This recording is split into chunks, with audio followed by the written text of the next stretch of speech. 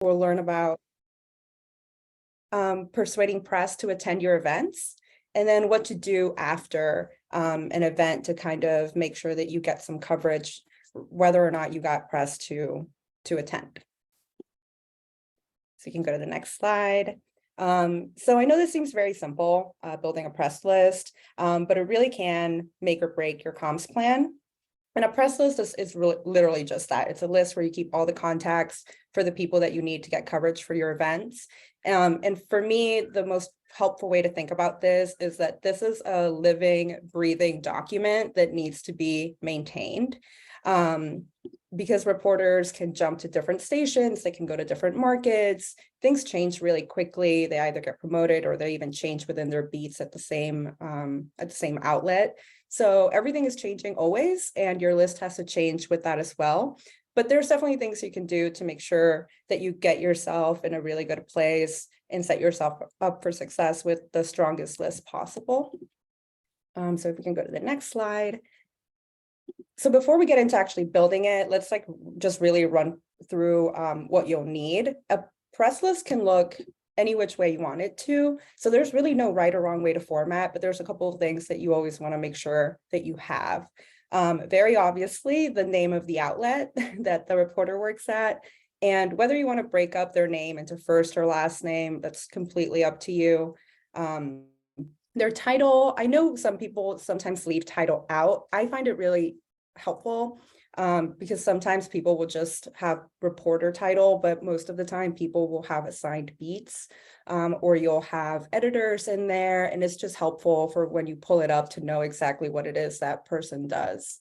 Phone number is helpful to put in there. It's probably one of the hardest things to find when you're building a list from scratch, but hopefully as you start connecting with more people, you'll start getting their phone numbers in some way, whether it's in their email, they call you up.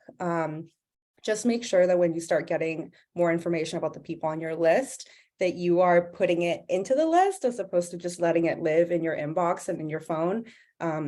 Just it makes sure that everyone will have access to it later on. And I know a lot of people that don't have this, but I like to have it. I always have a notes column in there. You absolutely don't need it, but I would always recommend having it, like the example in the second screenshot below. One reporter really loved to include whole quotes, even when the person that they were interviewing kind of like stumbled or said, "Is that right?" That was a nightmare. So as a note to myself, when I'm prepping the people that are going to be speaking to that reporter, it's just always helpful to have some stuff like that in there. Or even if you catch a really interesting article that someone wrote that has to do with the stuff you work on, you can drop that link in there. And it's just a reminder to you when you're going back into your list and checking out to see who you want to pitch. It's helpful to have all that background from those reporters in there. And lastly, I would say use the tabs function. I don't know about you guys, but I personally, if I see a press list that's like 500 people, it's super overwhelming. So I always like to section it out. It can be done by issue area. Like if you work with environmental reporters, you work with like housing or city beat reporters, you can break them up like that. You can do it by location. So you have like your Tucson tab, your Phoenix tab. Or if you kind of work a little bit more broadly and you're pitching statewide, having an Arizona tab, maybe a national tab, maybe if you think you're going to get into booking for like CNN or MSNBC, like having those kind of tabs elsewhere can be really helpful and will just set you up for success so that you're not looking at this huge press list down the line. So from the next slide, a lot of people might have access to services like Muck Rack or Cision, and those are super helpful because you can just pull a list super fast. For the purpose of today's training, we'll talk about building a press list from scratch, which is super daunting. Every time I've done it, it's like really stressful, but the upside is that you do get to know your press list like backwards and forwards, and you just become like immediately immersed in what the press corps looks like. So I think step one is always good to define your target audience. Who are you trying to communicate with? Where are they exactly? And what is it that you're going to need them to take away from this? So that'll help you decide, am I just looking at Phoenix Press? Am I looking at everything? And where exactly do I need to meet the people? And then step 2 is just really write down what you know, like open up an Excel sheet or open up your Google sheet and just like brain dump in there. It kind of gets you in the mindset of like ready to start putting this huge list together. But any reporters that have previously reached out to cover events, anyone that just kind of like lives in your inbox, put them in there. If you have an older media list that maybe hasn't been maintained, just dump those people in there. You're going to need to, go back and check through all of them later on, but it's better to start with something than to start with nothing. If you just like know outlets that you think you need in there, just type them out. Even if you don't know what reporters are applicable to you, just list out the outlets that you already know. And any specific locations, like maybe you are trying to look into, all the outlets in Flagstaff, but you have no idea what they are. Just write down Flagstaff, and that is enough that's enough for step 2. So for step 3 in the next slide, this is the most time-consuming one because this is where you find and fill in all the gaps from step 2. And it could be that in step 2, you drew a blank, and that's okay. The way I like to tackle this is to break it up into buckets. It makes it a lot more manageable. So if you start with TV, I would think, maybe when you were brain dumping, you could only think of 2 TV stations, but there are a ton more.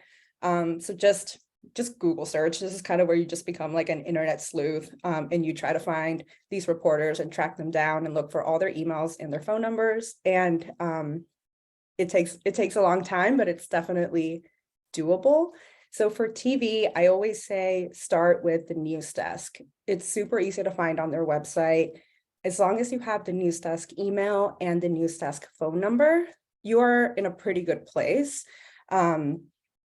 Common practice for these stations are to, like, if they get something to their news desk email, is to immediately forward to everyone in the newsroom. So it's like a foolproof way, making sure that everyone has what you're sending.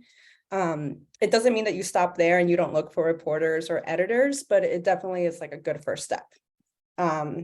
News editors are good to have. They're not super necessary.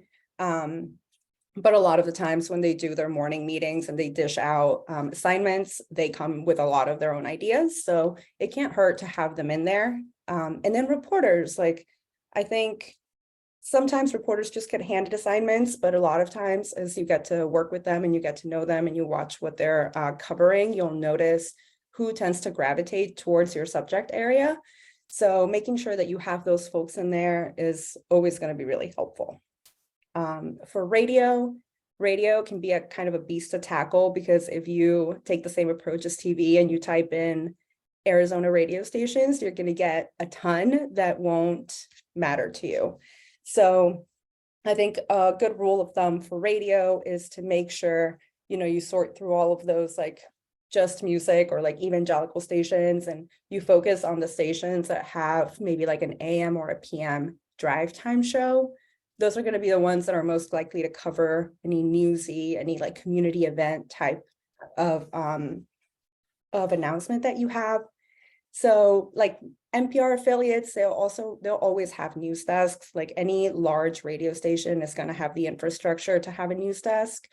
When you're looking at like smaller rural stations, that's when you kind of have to get like a little bit more creative in who you're going to put into your media list.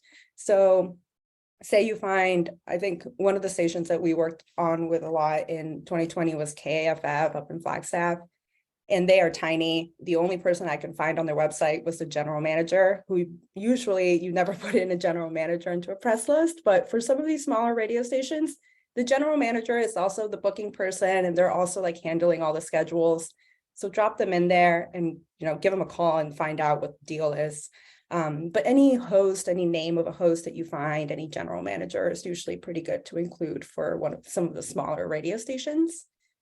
And then newspapers and digital, I would put those in together, though that's going to be where the bulk of your work is going to come from. If you have time, like in a perfect world, you have all the time in the world to put this list together. I know that might not be the case. Like sometimes you just have to really do it on the fly. But I would say give yourself some time to really spend on finding the journalists and reporters from digital and newspaper outlets. Make sure that you're looking at, Googling who has covered, if you're doing like an event on like a topic around environment, make sure you take the time to find who the appropriate person at each outlet is for that. And that's where the notes column is really helpful. Like Enviro is like a really big issue area. And if you're looking for people that only cover, say, water rights, like you're going to want to make sure that you have the right reporter at that outlet. For editors, I recommend if you find like a news editor at an outlet, that's usually fine to do. Any like investigative editors or anything like that might be like a little bit out of reach unless you're like really pitching like this deep investigative project. But for any other, like for just events or just like press conferences and stuff like that, I would stick to news editors. And usually there's always a news desk there too. They're maybe not as helpful as a TV news desk, but it's still good to have. One thing I will say about newspapers is I would stay away from anyone with the title of a director, like a news director. I would stick with reporters and editors for the most part. And I will say, like, there's a couple of newspapers, like especially for the smaller papers that have just like a couple of reporters on staff. They might have a lighter contact page on their website, and it could be probably a lot harder to find their contact information. But there's always going to be like one phone number that you find in there that might be their sales team, usually is their sales team. You should just call them up.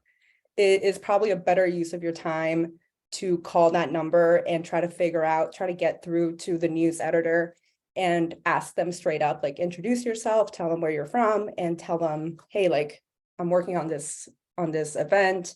Who is the right person to put onto my press list? They're going to appreciate you reaching out. They'll get to know you, and it's going to be a huge time saver for you. And the one caveat I will say here is that regardless of whether you have Spanish speaking spokespeople, if you don't have Spanish speaking, like any Spanish material, don't leave out Spanish outlets from your press list just because you don't think you have what they need.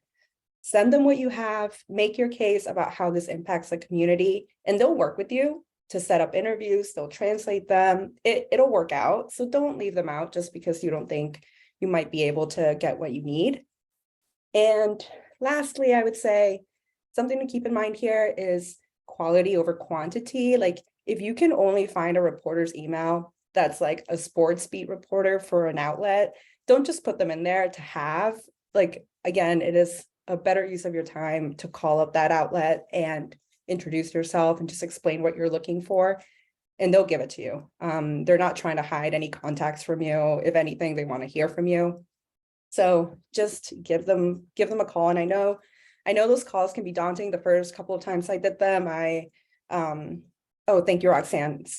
100%. Same from tribal media outlets too. Like don't leave any outlets on the floor just because you're afraid that it might not be like a fit, or you might not be able to give them what they need.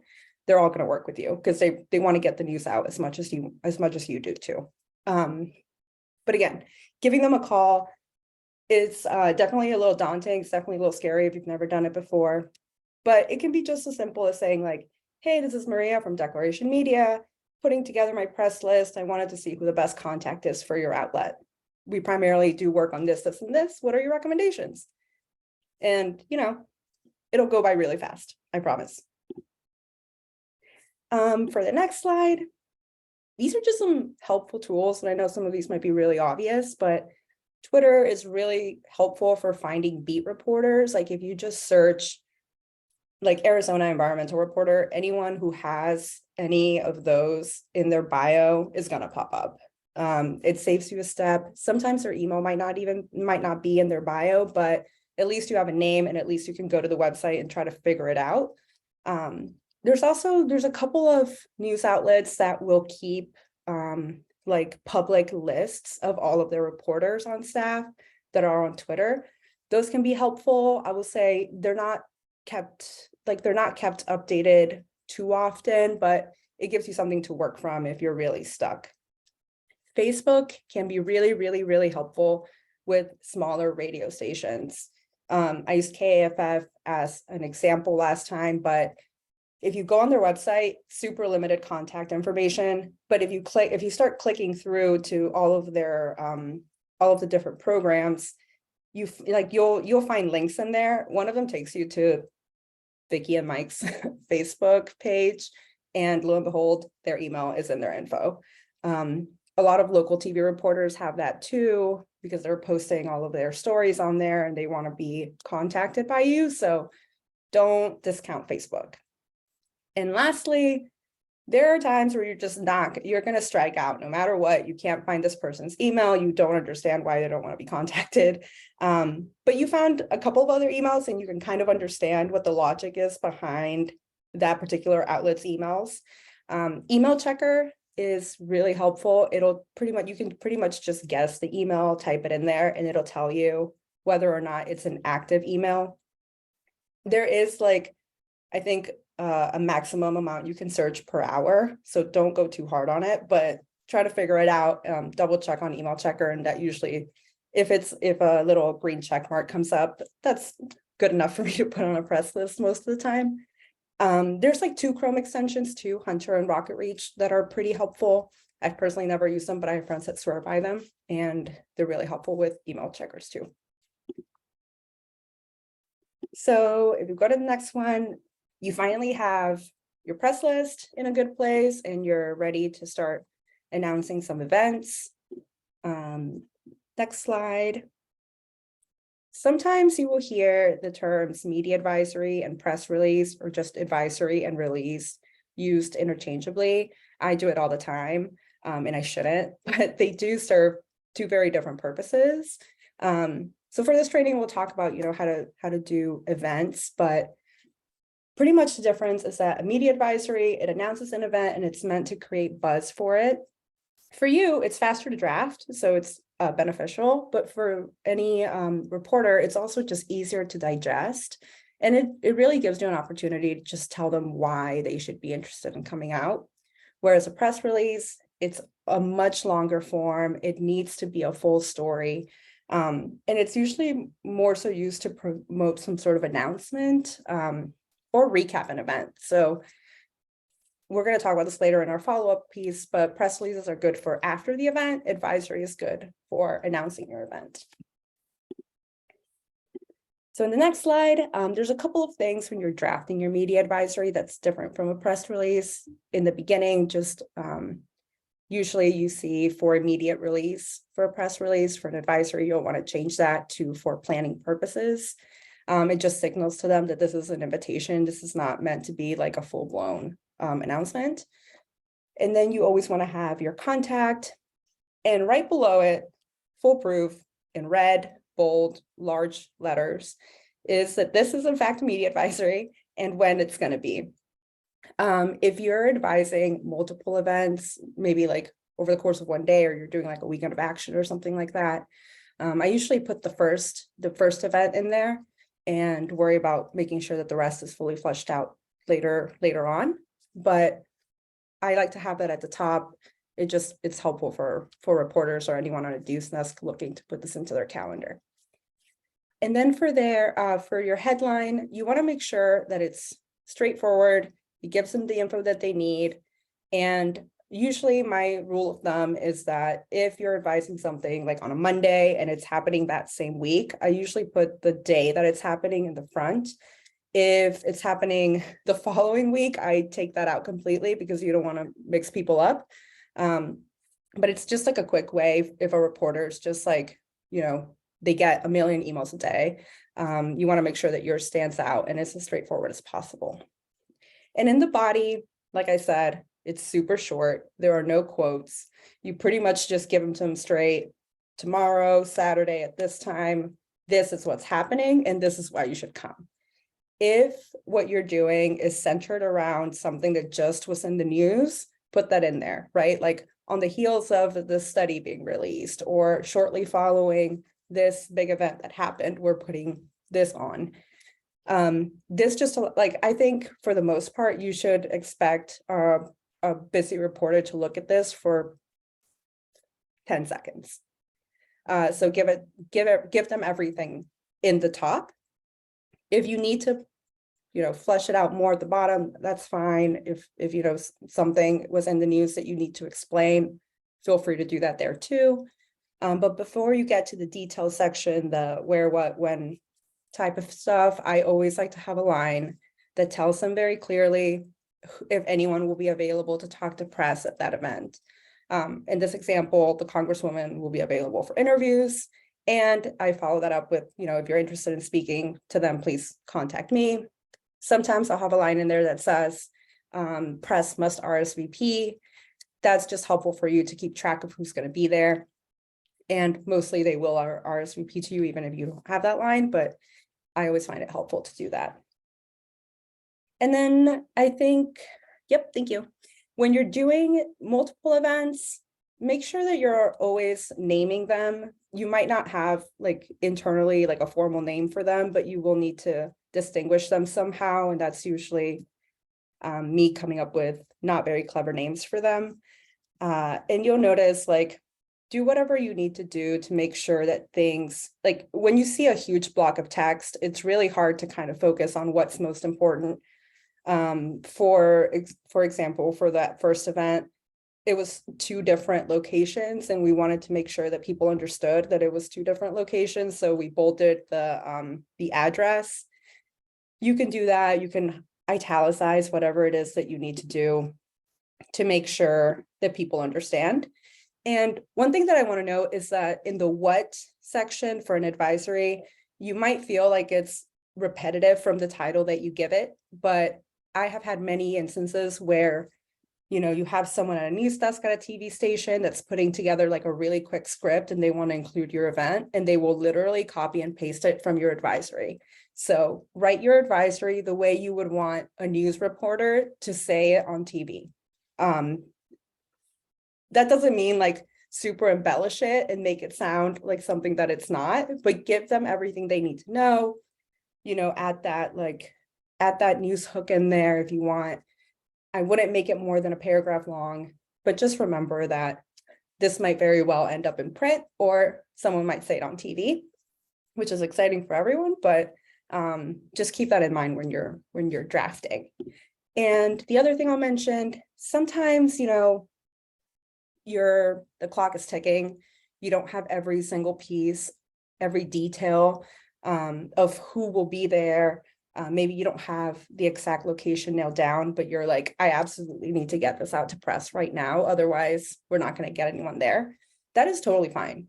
I think as long as you are 100% sure that this event is happening and that it will be ready for media to attend, feel free to send this out. If you need to put in the where section, location to be announced. Sometimes you can't even announce a location for security purposes. In that case, I would put in like a line that says press must RSVP to receive location details. It gives you a little bit more control over who is attending. So as long as you know it's going to happen, as long as you have a date and a time, put out your advisory. So in the next one, just some best practices. I know some people might use like MailChimp or some of those services to send out press releases.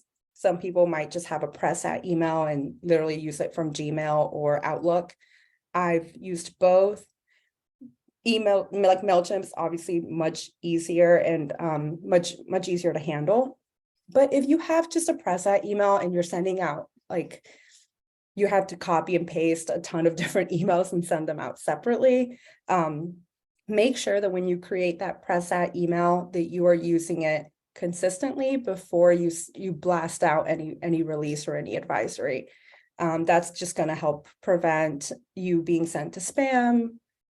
It just helps with the delivery. If you are copying it in random emails, if you use it to respond to an email, maybe you want to send like a test to a couple of people, just get into the habit of using it before you actually send out your main advisory. if you have time. If you don't have time, that's fine. I've done it before. It works out. You have to do a ton of follow-up anyway. So it's not going to be a problem. Then I would say make sure that you can send your advisory at least twice. I think usually I like to do it maybe like 7 to 5 days before, once again, the day before. If you're not getting any bites, if your follow-up is just it's not working out, it can't hurt to send it one more time the morning of your event. If your event is at like 8 a.m., send it at 6 a.m. Schedule send. Like, I'm not asking anyone to wake up at 6 and hit send on an email, but just make sure that it looks right and it's ready to go. It can't hurt to send it. And also, like, if you send it at 6 a.m. that morning and you're really trying to get cameras out there, that's around the time that most of the morning people are meeting to do their editorial meetings anyway. So it can't hurt to do that. And once again, I think if truly you don't feel comfortable sending a media advisory without all of the information in it, what I would recommend is figuring out a couple of top targets in your list. That could mean, like, you know, you want to make sure that you get some cameras there, and you want to make sure that you get at least 2 print reporters there, something like that. Figure out who those people are and give them a call. You know, just cold calling, again, can be really scary, but in this case, you're kind of doing them a service. Essentially what you want to tell them is like, hey, like, we've got, you know, I'm Maria from Declaration. I'm doing this great event. You're going to love it. I know that you're interested in it. Try to have like a hook to make sure that they know why it is that you want them to come and why they are a top target for you. But just give them a heads up, like, hey, I don't have all the details right now. This is what I can tell you. This might be around the time that it happens, but I want to make sure it's on your radar so that, you know, like, I'm so sorry, I can't send this advisory immediately, but I might only have like a 2 days heads up, but I want to tell you now. It's going to help you release some of your anxiety. And also it just helps you create a relationship with that reporter. They're going to be appreciative. You're going to feel better. And you can, if you're reporting to someone in your team that's saying, like, you know, kind of putting the pressure on you, you can look very proactive. So in the next slide, so you did your press release, you put all this work into sending it out. A comms person job, sadly, it's never done. So now you have to follow up. I always start with TV follow-ups because I find them to be the easiest. You just have to call every single news desk and make sure that they got it. So practice your pitch, practice it on your own, call up a friend, practice it on them, call up your mom, your dad, whoever you need to call. Just do it. It's going to help you feel better. But essentially, the only thing you have to ask them is, you know, to introduce yourself, obviously, but be like, we sent out an advisory a couple of hours ago for this event. It's on this date. Wanted to make sure you received it. They're most likely going to say yes, it's on our calendar. If you're calling like 5 days before, they are not by any means going to be like, we'll have someone there. It's probably not, it's not going to happen. They probably won't know that they'll be able to send someone there until like maybe the day before. But it can't hurt for you to do that hard ask and say, you know, like, are you guys going to be able to send anyone there? We'd love to have you. They'll tell you, no idea. And then at that point you can say, like, you know, what might be a good time for me to follow up, and when might you know? And they're going to tell you, like, we do our editorial meetings that morning or the day before at this time, call then. Jot that down. Usually I like to keep notes when I'm doing follow-ups just so that I know who I've called and I can report up.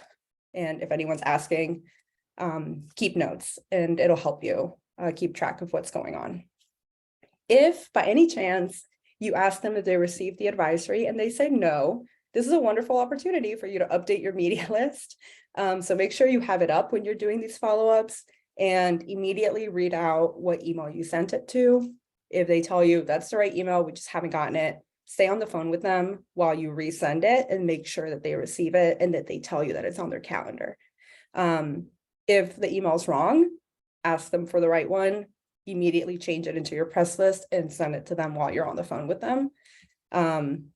Sometimes they'll try to shake you off and just like they'll give you the email and be like, okay, send it again, thanks. Usually, and I feel super silly still when I do this, but I usually try to somehow keep them on the phone, be like, actually, do you mind if do you mind if I just make sure that this is getting through? They might sigh, they might be mean, it doesn't really matter. There's so many people that work the news desk, it'll be fine. They have tough days. So just try to get as much information out of them. These are going to be your easiest calls you make. And they like to have stuff on their calendar, so they're going to want to know. And then I would say for reporters, it's really key that you kind of read the room. Out of all these people, the reporters are the ones that are working on deadlines. They're the ones that's emails are blowing up at all times. If breaking news happens, they're going to get taken from that story. So give them some time to respond to you. And I would say your follow-up with a reporter should be an email first. I think that's what they appreciate most, unless you already have some sort of relationship with them and you feel comfortable giving them a call. Email, I think, is usually what I go to. But if you know that something just happened in the state that on a beat that they cover and that they're probably very busy with this, give them time. They're going to appreciate you not hitting them up over an event that's happening 5 days from now when you know that something else is going on in their line of work. If you are calling the reporter, practice your pitch, make sure that you have it down, that you feel really confident about it, and be ready to maybe not have all of the answers to their questions, and just, get to a space where you feel comfortable being able to say, I don't have an answer to that just yet. Can I follow up with you later when I do? It's honestly an opportunity for you to maintain the conversation with them after the fact, and for them to see you as like a trustworthy resource that they can come to later on, and they won't know they're not getting bullshit. For radio, if radio is your target, like let's say that you're really trying to get the word out, that the people that you want there are listening to the radio in the morning, like while they're driving to work. If you're calling radio and you really want to get radio hits, just be ready to know what it is exactly that you need from them. Are you asking them for one of your spokespeople to get on the phone with them a couple of days before, talk about the event? Are you asking for like a live hit? Do you want your spokesperson to call from the event and tell them what's going on? Or do you want something after? Or do you just need them to spread the word, and you don't need to be part of that? You just need them to announce, hey, like we're having this, like this organization is having this event on this day, make it out. Just know what it is you need from them so that you are ready to go and you can kind of start setting stuff up. And I know we'll talk about setting up interviews in Media 102, but at least we kind of talked about it then. And then lastly, when you're doing your follow-up, as hopefully people are like, yeah, I'm coming, this is going to be great. You start getting emails back. People are saying that they're going to attend. Keep a list, whether it's an Excel sheet or like a Google Doc. Keep an RSVP list of their names, their emails, their cell phone numbers. If they said anything to you, like I'd be interested in speaking to someone that you had in the advisory, just make sure you keep a note of some of that stuff. And a step further, because you never know what could happen, and this has happened to me, I lost my printed out RSVP list and I was in a place with no internet connection, so I couldn't access the Google Doc. I hadn't taken a screenshot of it, and I didn't put anyone's phone numbers in my phone. So, I was taking L's all over the place. When you have people that RSVP, ask them for their number if you don't have it, and put their number on your phone.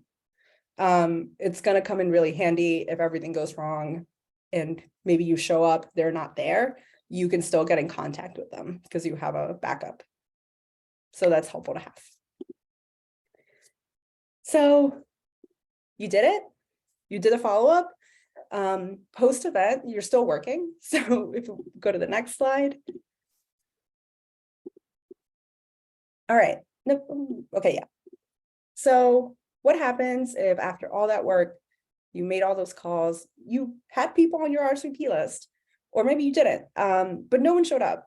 and it happens. Or, even I've had this happen to me multiple times where I really need cameras there, and they all told me, don't worry, we have someone scheduled for this, someone will be there. And then you get there and no one arrives. And you call them and they're like, sorry, something else came up, super short staffed, especially on weekends. Like, I would always keep that in mind. If your event's on a weekend, the likelihood that someone might get pulled from it is very high. So just, keep that in mind. If they don't show up, contact the reporters that RSVP'd, give them a call right then and there, kind of figure out if they're still coming, what do they need? And essentially, this is kind of where you offer to do their job for them. If you are really needing something to come out of this, you really need clips, offer to take photos, offer to send videos of the event, offer interviews for any appropriate spokespeople after the fact. Like, everyone should be up to doing a virtual interview at this point at any outlet. So offer that up if they told you they were interested in talking to one of them specifically. And even if they haven't RSVP'd, make sure that you're taking photos and you're taking videos, because what you'll want to do after the event is plan on sending out an ICYMI, and in case you missed it, which is a press release. So if we go to the next slide. So an ICYMI essentially allows you to define the event in the way that you want to. It's an incredible opportunity for you to just, in a way similar to that what piece of the advisory, however you would like for this event to get covered is how you should write this ICYMI. It'll highlight the most important points, the most important quotes, and the takeaways from your event. If, for example, you have people that are doing prepared remarks, I would ask them for a copy of that, either before or after, but just make sure you get your hands on it so that you don't have to transcribe a quote that you heard, or, like, do it from memory. It's not going to be right. So just make sure you get those remarks. But, and if available, link to visual assets, I always recommend having them. If you don't have a photographer there, just take your camera out, make sure it's always horizontal, and take video and take photos to the best of your ability. Drop them into a Google folder and link them to your ICYMI. And especially if press did not come to your event, I would recommend not waiting to send this out. Make sure as soon as the event is done, you can go somewhere and start drafting this. You could even start drafting a little bit of it before, because you know what the event is going to be, and you can just leave space holders for any quotes or any additional thing you might want to add after the event. But send it that day. If you absolutely cannot send it that day, send it the morning after. But I would say if you're sending it that day, try to send it before 5 p.m. if possible, because that's usually when the evening broadcast news starts, and you want to make sure you get into that evening broadcast space. If you can't do that, send it the next morning. You will probably miss the morning broadcast, because those are so early. But it gives you an opportunity to kind of call around and maybe see, like, hey, would you mind covering this evening? Like, it was a really good event, it had really good stuff, and I got you videos, so there's really nothing holding you back. So this is always really helpful. And then there's a second type of ICYMI for in the next slide. In case you did it, you got like all these press people out, and you want to take a victory lap. I always recommend doing a press roundup. It usually takes a little longer to put together. You're not going to be able to send this same day or maybe even the day after, because you're waiting for hits to pop up. Maybe you're waiting for the piece to run in the evening news and you still need to get the link. So this might take a little bit longer, but it's definitely worth the wait, because it does allow you to take that victory lap. And you can include assets in here too. This is not meant to drive coverage. It's literally just meant to, in a way, prove a point to people that this was an event that you should have been at, and look at all this great stuff. If you've got like a really good front page, put that in there, take a screenshot. If you had, like, say you only got one article, it was really long, I wouldn't drop the whole thing in there. I think if you see in this example, the brackets are in there, and just include the top quotes from the story. I would always include the little bracket if it's not in order, like if you're taking parts out, put those brackets in there because it kind of prevents anyone from, saying that you are misrepresenting the story or whatever. People are going to find a way to screw things up if they want to. So just protect yourself there and make sure you're not misrepresenting anything that's being written. But any good social posts that you got, even if it's just from your own organization, any attendees that posted really good pictures, drop those in there with a link so that people can see it. Sometimes reporters they don't end up writing a story about it, but they do post a social. Include that in there too, because that's a win. So again, this ICYMI, not at all meant to drive coverage. It's literally just, it's a victory lap. And it's also helpful sometimes if donors want to see that or stakeholders. It's just like a good thing to have for later, and also for yourself, because you got all these people there. And anytime you do any ICYMI like this, you should keep that for your own your private collection of releases that you've sent out.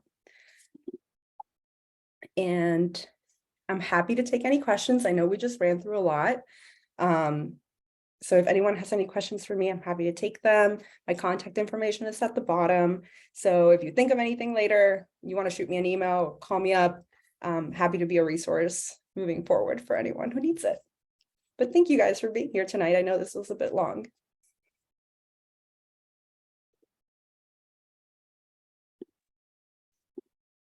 Give us a minute here, but thank you so much, Maria. Yeah. I wish we could clone you. Oh, I see I someone see. has their hand up. Go ahead, Tanya. Hi, Maria. Thank you so much. I do communications for Instituto, so all of this has been super helpful. My question is there a sweet spot for sending a press release out? Like, because I always think about, like, am I sending a press release out too soon or not enough time to get them to the event? Yeah, I think if you can send the advisory at least 5 days before, that is a really good place to be. Mostly for you, because it gives you time to follow up and it gives you time to send it again. If you absolutely can't do that, if you don't have the information that you need, or you don't feel comfortable with what you have enough to put it out to press, 3 days before, I would avoid doing it the day before, that being the very first time that you ever send anything out.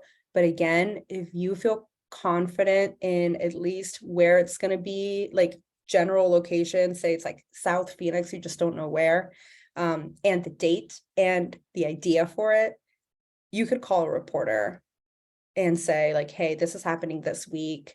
Don't know, I don't have everything for you, but I can give you some stuff now, and I would really love it if you could put it into your calendar. It gives you a cover, and it gives you some peace that at least they know about it before you put it out. But the sweet spot for me has always been at least 5 days out. 3 if you're cutting it a little close. Did that answer? Was that the? Yes, that was helpful. Thank you. And I would avoid Fridays. If 5 days out means Friday, I would try to avoid it. People usually tend to completely, they're not checking their emails. Fridays are pretty crappy news dump days anyways. So try to avoid Fridays at all costs, but if you absolutely have to send it, go ahead and do it. Morgan, do you have a question? Yeah, thanks so much for sharing all your wisdom. Appreciate being in space with you today. I really appreciated that you said not to discount Spanish outlets, and just wondering if you had best practices. We're always in a time crunch, usually as like a primarily English speaking organization that's trying to transcreate everything into Spanish as well. We always have English materials ready first, and when we're in a time crunch, like would you recommend for like equity reasons waiting until that transcreation is done? Would you recommend just sending the English version also to Spanish speaking outlets and then following up with the Spanish version once that's transcreated? Just like, how are you managing like transcreation equity and justice with the world that is earned media? Yeah, I know that a lot of time and effort goes into doing the translations and doing them correctly, so you don't always have them as quickly as you would hope. I usually just go for just sending them the English version, giving, if you need to follow up or give them a call, and let them know that you're working on getting the Spanish one.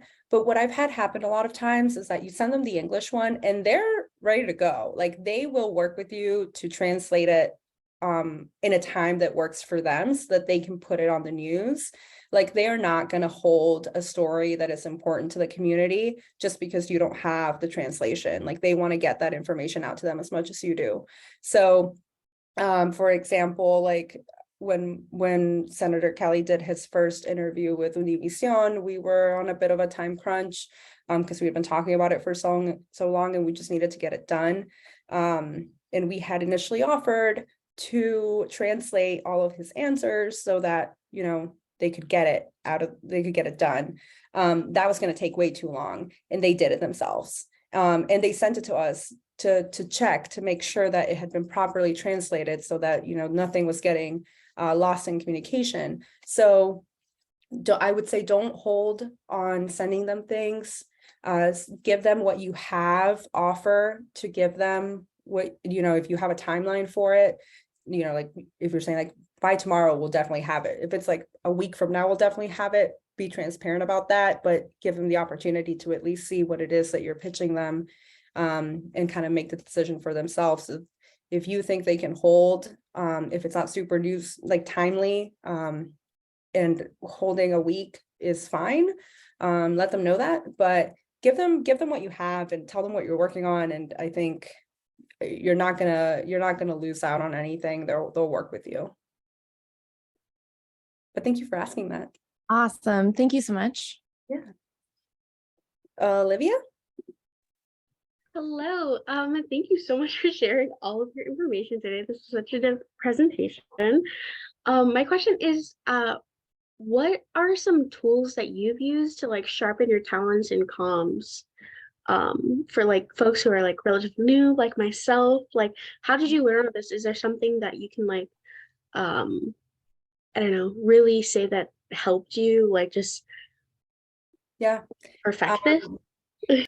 I think, and one of the things that terrified me and also that I loved about this work is that most of the time you learn things by just doing them. It's a lot of trial by fire in comms.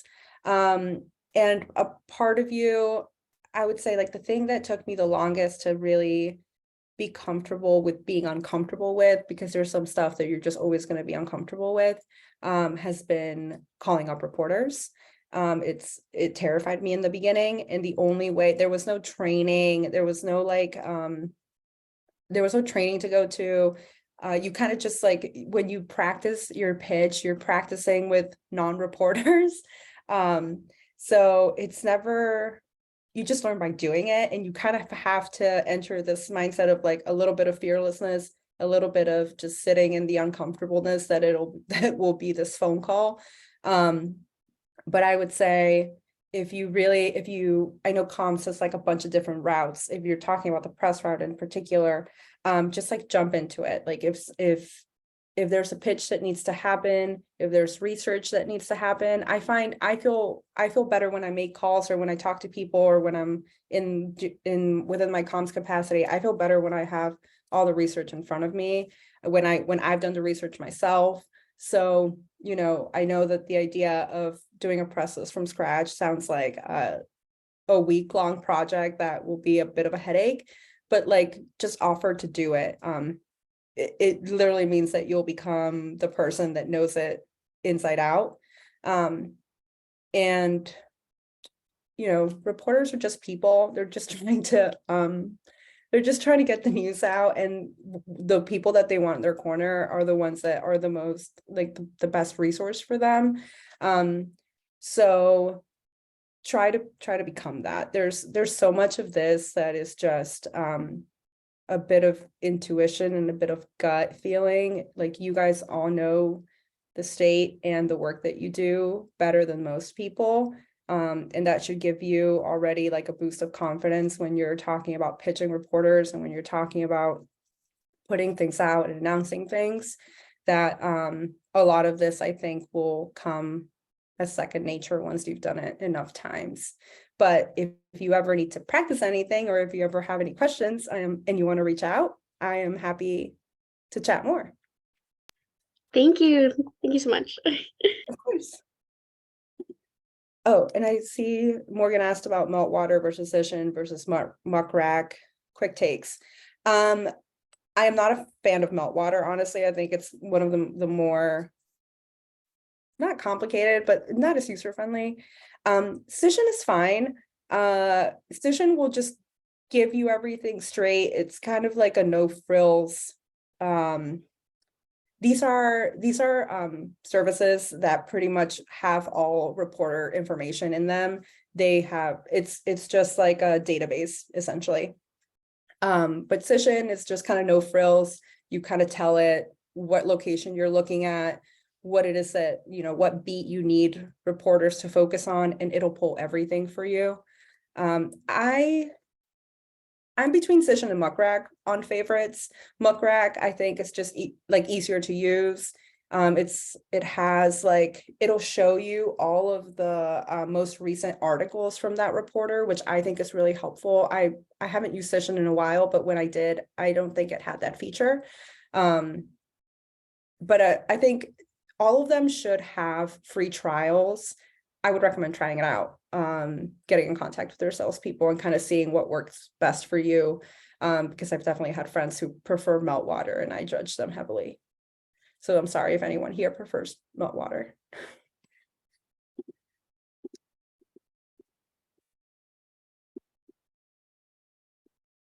Any other questions? All right, I will kick it back to Ariel then. Thank you guys so much. Amazing. Thank you so much, Maria. And this was our Media 101 training, but you can see Maria again next Tuesday at the Media 102 training, which you can find on our calendar on our website. A couple of reminders before we move on. I have a couple of slides, so just stay with me for a bit. Today is our Monsoon deadline. And for folks that might not be familiar, Danya will drop in the chat. I see she dropped the Media 102 to sign up for. Monsoon is our flagship fellowship program. So folks, it's a 6-7 month fellowship. We select about 22, 23 folks from around the state with a variety of orgs, doing advocacy, running electoral programs. We take people from the hard side from the party. We take people from the community. We take people from the soft side. And essentially tonight is the deadline to apply. I highly recommend it. You'll learn about data, you'll learn about fundraising, you'll make tons of fantastic connections. If you follow that link that Tanya dropped, there's an info session that we recorded. Highly recommend you check it out and strongly encourage you to apply. And then wanted to remind folks that there will be Spanish versions of these trainings following in March. So if you know folks who are interested in that, please keep an eye out. We'd love to have more folks join these. And then finally, we really take into account your feedback. So at the end of all these trainings, we ask folks to fill out a very short survey. Let us know what was helpful, what wasn't. This really actually does inform what we put together for you all, who we bring in, the type of events we do. So if you can just take a quick couple minutes, scan this on your phone, we'd love to get your feedback. And I will drop the link here in the chat with folks. And we will stay online until folks wrap up. Other than that, I want to thank you all. Really appreciate you all joining us tonight.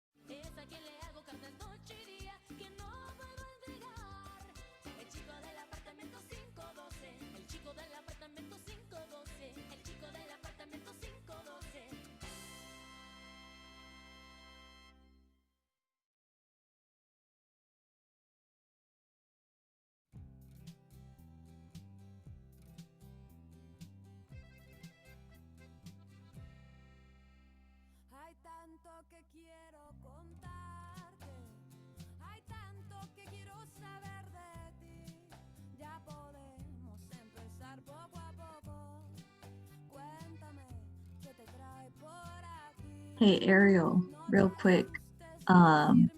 Yes, okay. I was asking for the link. My phone's dead. Yes, sorry, I must have had the wrong tab open when I copied it over. No But yes, worries. now the correct feedback link is in the chat.